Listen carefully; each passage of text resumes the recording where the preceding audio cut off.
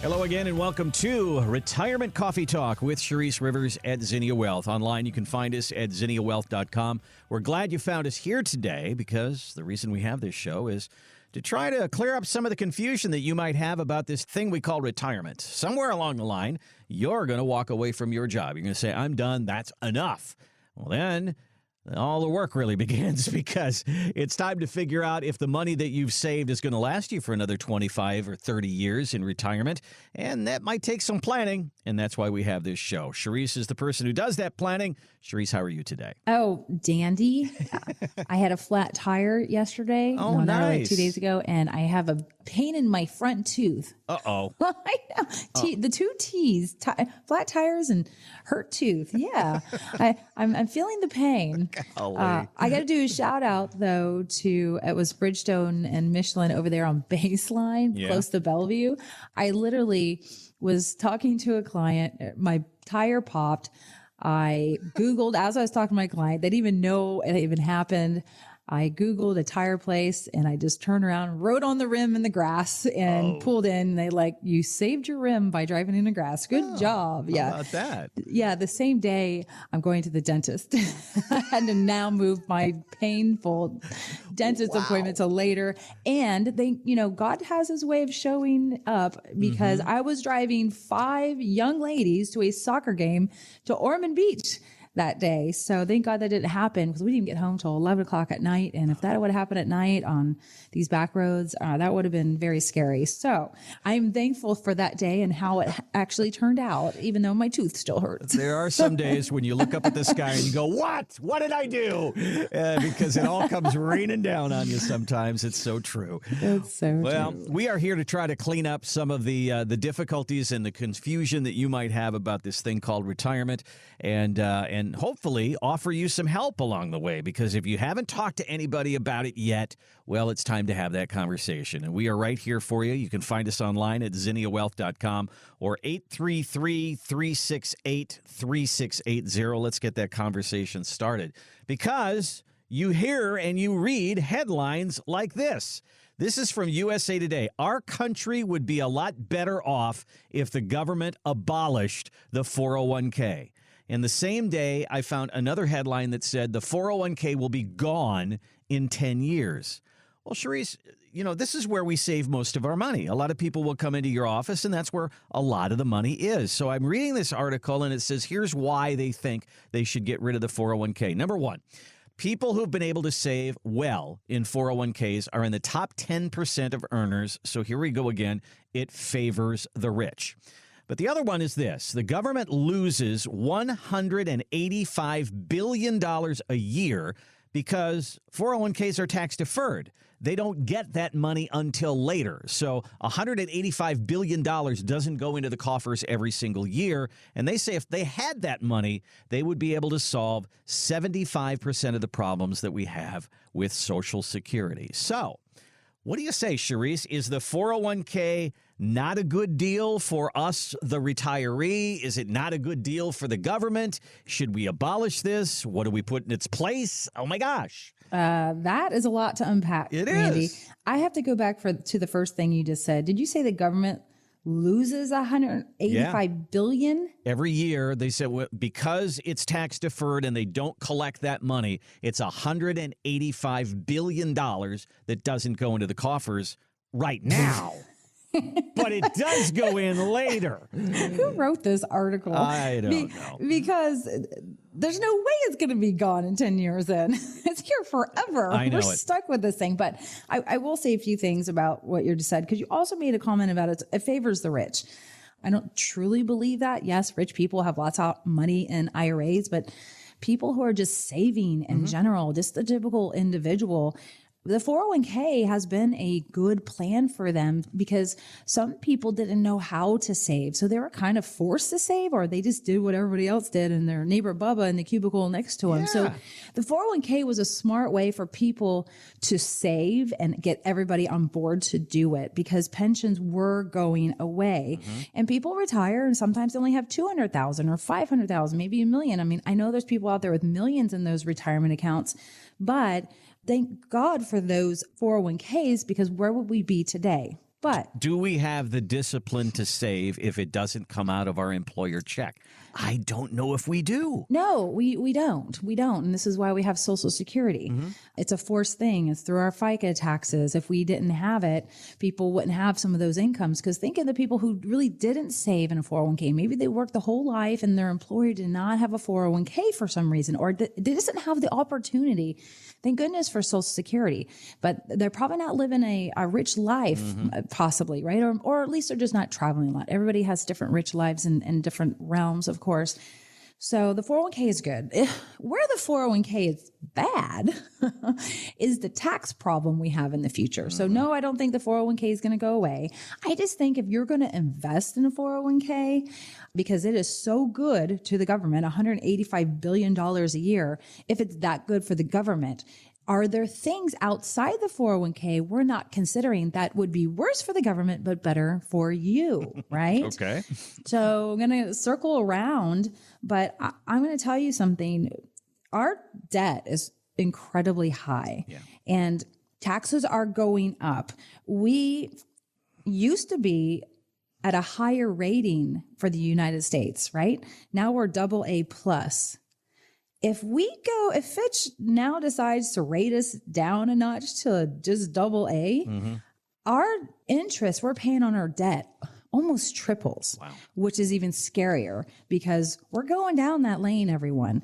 When this happens, who do you think who's going to pay the bill? Right? Yeah. Where's all the money? With the retirees and the 401ks. And the 401k. So all of your money you've saved in these glorious 401ks, and thankfully they're there. It was the first step so we can get things moving again, right? But the thing you have to think about now is, okay, I have saved all this money in this 401k. And Sharice is saying, I might be paying a lot of taxes, right? And what is my tax plan? Should you be considering rolling some of this 401k or IRA money over to a Roth IRA? If you have a simple IRA, a SEP IRA, a 401k, a regular IRA, a 457, a 403b. I mean, I'm talking about this is alphabet soup kind of stuff, right?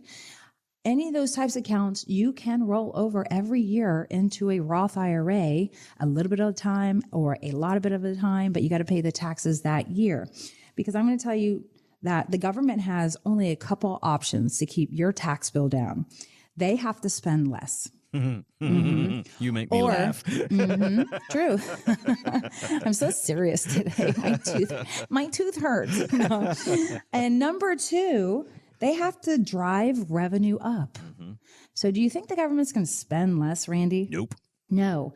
Do you think they're going to drive revenue up? Well, the one way they can do that is to raise taxes. Exactly. And they are spending more rapidly every day. When you go back from 2020 to the present, do you know how much debt was actually accrued during that time period?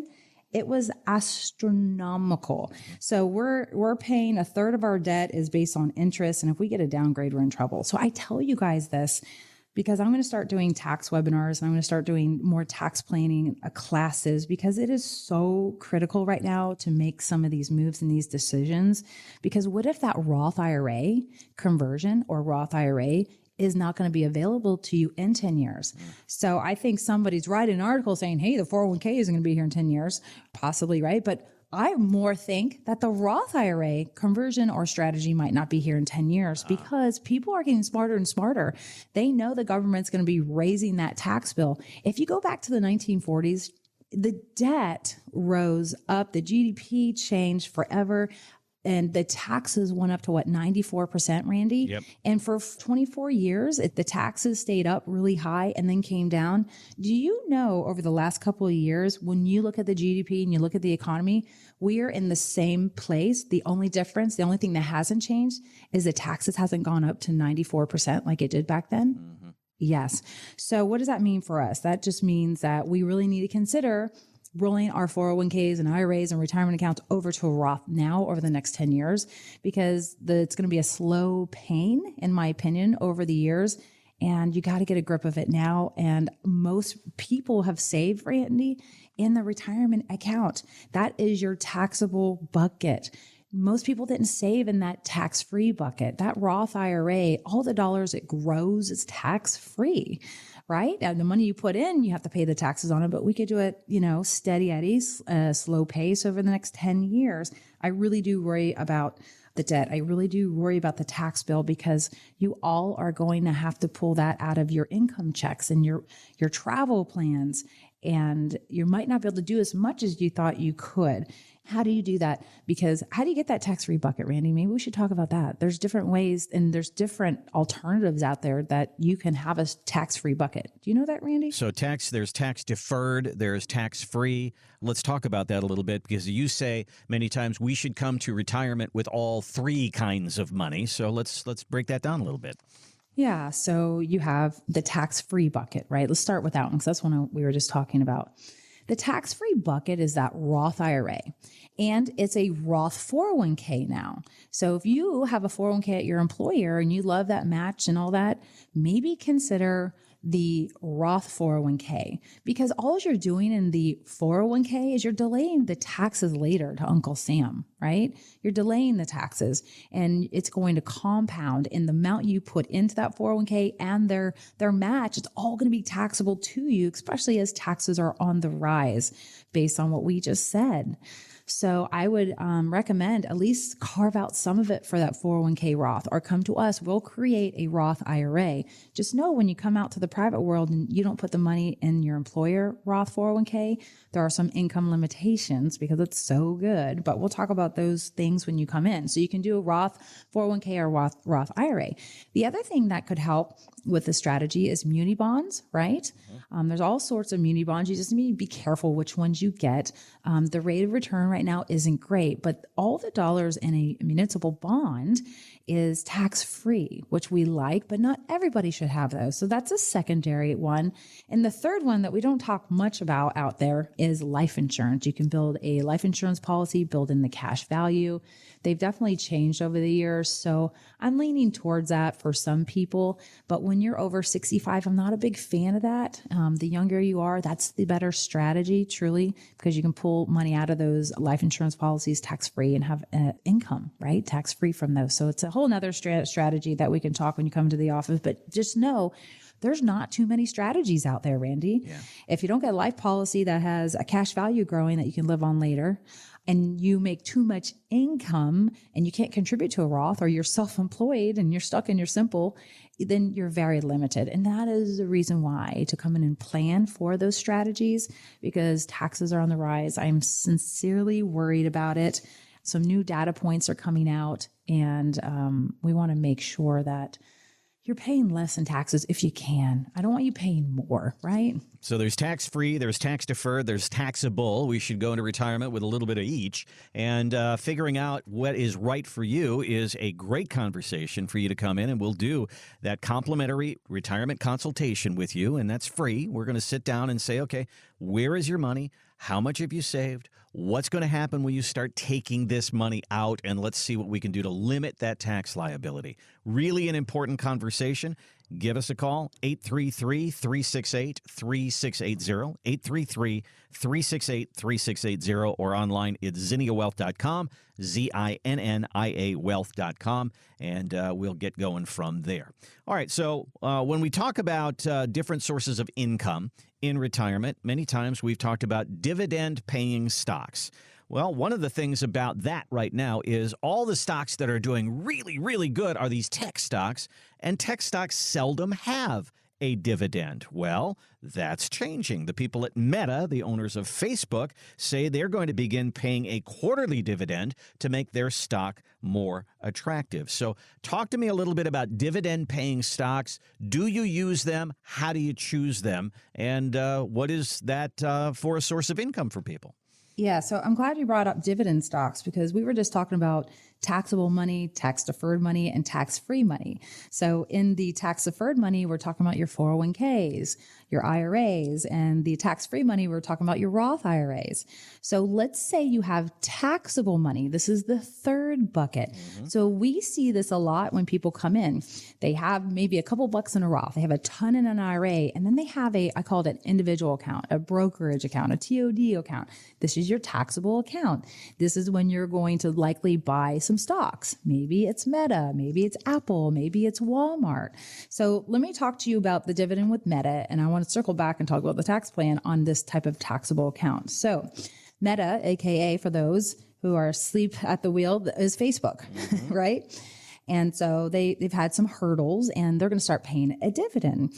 It's pittance on the dollar. It wouldn't turn my head, believe it or not. You're going to buy Meta, AKA Facebook, because you just like what they're doing and what they're going to do in the future, that kind of stuff. But what I would like to talk about in this section is, I'm not telling you to go out and buy Meta. That's not what I'm trying to do, but I want to do some comparisons. And honestly, Randy, Meta doesn't pay enough dividend for me even to talk about it. So I want to compare Apple with Walmart. And we're talking about this money. Maybe you sell a home or you have cash at the bank and you're opening this taxable brokerage account. Let's talk about how the tech stock like Meta, Facebook, and Apple work. So Meta pays, I think 3.39 for a dividend. And every company pays dividends either monthly or quarterly or annually. Why would you get a stock, Randy, with a dividend versus a stock that does not have a dividend? Let's start with that. Well, I think if you're looking for income, because if you want to get income out of this, you have to sell your stock to get something. With a dividend paying stock, it just pays you so you can keep the stock. Exactly. So when you're in retirement, you wouldn't buy Apple or Meta for income because they're paying, it says 0.5%, 0.53 dividend for Apple, right? Okay. So we're not going to get a ton of that unless your whole portfolio is of Apple, and that's not being diversified. So we buy Apple stock because we like it. We think the company's going to be here a long time. We don't buy it for the dividend. We buy it for growth for the future. We buy it because we're going to say, okay, mitts off on our Apple or Meta stock for the next 10 years. We'll touch that in 10 years because we're pretty sure these things are going to double. We don't have a guarantee. They could even triple. They can also lose their shorts, right? But that's your long-term plan. But if you wanted more of a dividend play and you wanted still some growth, I like Walmart. Please do not buy Walmart because I'm saying this right now. Come see me. But I'm using an example because Walmart has had ebbs and flows, ups and downs. But Walmart has a reasonable dividend, right? It is paid an average of 1.5% in a dividend. So that is almost triple the Apple, right? And Walmart tends to still go up. So again, I wouldn't claim that Walmart is the best dividend stock because why would we settle for a growth stock if we need income on it at 1.5% dividend, then when we can maybe go to, for example, a Duke Electric that's paying over a 4% dividend. If you're looking for income and you're doing it through dividend stocks in this taxable account, then maybe head towards even more conservative. We might not have as much growth on that stock, but you're going to get paid, right? And I also want to let everybody know for compliance purposes, full disclosure, not all dividends are guaranteed and they can stop at any time. So we talked about Apple and Meta, Walmart and Duke Electric. So some people say, Sharice, I want the Duke Electric. It pays a nice dividend. It's a staple. Do you guys know that Duke Electric can still lose 30 or 40% during the next market crash? So you have to understand when you're buying these stocks, they can still lose even they pay a dividend. But those dividends, if you're not living on them, as the market's going down, it will reinvest so you can buy more of that stock. So that's something to think about. And Duke stock would maybe be used for something more short term because you want that 4%. So I want to circle back because I know we just talked about a very small dividend with Apple and Meta, and then a medium dividend with Walmart, and then we had our larger dividend with Duke. And there's much larger dividends out there with other companies, but I want to keep this simple. I want to go back to the tax plan. We talked about the tax deferred, the 401ks, IRAs. We talked about the Roth IRAs where it's tax free. Let's circle back on these stocks. So if you have a taxable account, that's a good thing. I like having all three tax buckets in a portfolio. What I love about the taxable bucket is that let's say Walmart is up 20% and your Apple is down 20%. When you have a taxable bucket, this is your time to shine and use this tool for tax loss harvesting, which is something that we employ in our office almost every day. And if you need income and you're just saying, Sharice, the dividend plan didn't work out and the other stuff is doing something else, you could sell some of your Walmart and some of your Apple and pay no taxes, right? Which could be very valuable to you in the future, especially if you're trying to move money out of your tax deferred account, those 401ks and IRAs, over to the Roth to help pay that bill. So again, this has been an alphabet soup on a tax bucket conversation. If you are listening, you're just like, wow, Sharice, that was a lot to unpack. And I really don't understand the dividend strategy and if I should have more Apple or more Walmart or more of the Duke Electrics out there. And I do want a strategy. And I would like to understand this better because I didn't even know I needed 3 tax buckets in retirement. Then I'm going to encourage you to come in because there's no better time than the present to start working on the tax plan, which is also part of our investment plan that will lead you to the income plan so that you can hopefully retire well in the way that you want to. But it starts with this beginning part. Well, as you look at yourself in the mirror, and I tell you to do that every show, look at yourself in the mirror, ask yourself these questions. Do you have tax-free money? Do you have tax-deferred money? Do you have taxable money? And you scratch your head and go, I don't know what I have, and I just have a 401k. That's what I've got. Well, here's what we do. We sit down and we talk through that. Give us a call at Zinnia Wealth, 833-368-3680. Or online, you can go to our website, which is zinniawealth.com, and you'll see a big gold box there. It says complimentary retirement consultation. And when you click on that, we'll ask you to put a little information in there, and we'll reach out to you, and we'll be on our way. Let's get a date on a calendar and talk through it. You know, Sharice, as you were talking through this, you know, all these high-flying stocks in the tech section right now, the Magnificent Seven are Microsoft and Apple and Netflix and all these different things, Google, all tech.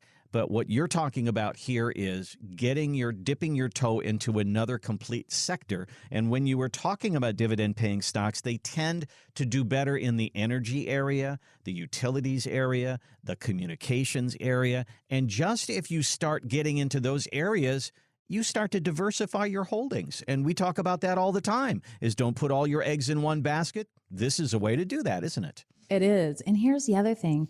If you say, hey, Sharice, I want some of that Apple, I want some of that Walmart, I want some of that Duke, then the next part of our plan is, well, in what accounts? Should we put that actually in your taxable account or or should we put it in your tax-free account or your tax-deferred account, right?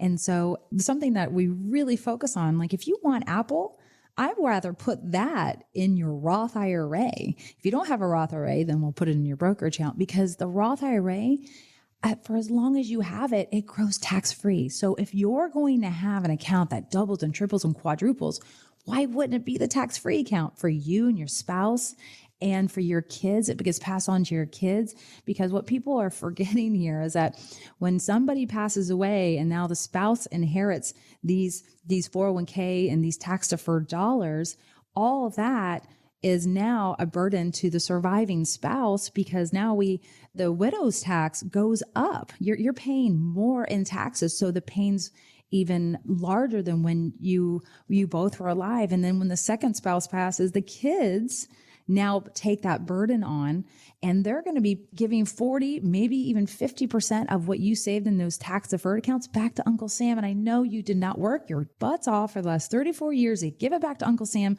when you pass away to your widow or widower, or to your kids.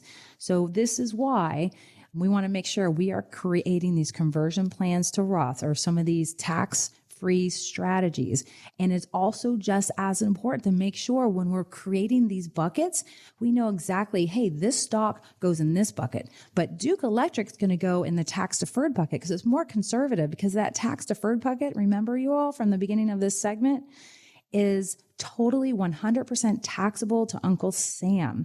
And that's your ticking time bomb. I don't want your IRAs and 401ks to double, triple, and quadruple, because then you are forced to pull money out before you pass away after age of 73, right? Until you pass away. And then that tax burden keeps going. Well, it's interesting how, the show kind of develops here. Just talking about your 401k has brought us to places of talking about, are you diversified in taxes, tax-free, tax-deferred, taxable? Then we started talking about income and dividend-paying stocks. Are you diversified in your income? That brought us into, are you diversified in your sectors? And then that brought us into legacy planning. So you see how the dominoes continue to fall just by having a short conversation about your retirement. We would love to have that conversation with you and see where that develops and see how we can help. 833-368-3680 is our number. Again, 833-368-3680. Or find us online at zinniawealth.com, ZINNIA wealth.com. And there'll be a gold box there. It says complimentary retirement consultation. And click on that. You'll be on your way. Sharice, that is all the time we have in this segment. I'll give you the last word on this one. We spent a lot of time about taxes, didn't we? Goodness, it's very important, you guys. Hey, thank you so much for tuning in this weekend. I know it's beautiful out and you could be doing other things. And also, if you're getting ready to really ramp up golf, Bob Rose is having a scramble. It's for ARC. I'm going to be there. I would love to meet you all there. It is a great place to just raise a lot of money, and that's coming up in April. So you can reach out to them on that. So as usual, live by design and not by default. And we'll see you here next week. Thanks for listening to the Retirement Coffee Talk podcast. If you have questions or would like to begin the process of building a tailored retirement plan, call Zinnia Wealth at 803-368-3680 or find us online at zinniawealth.com.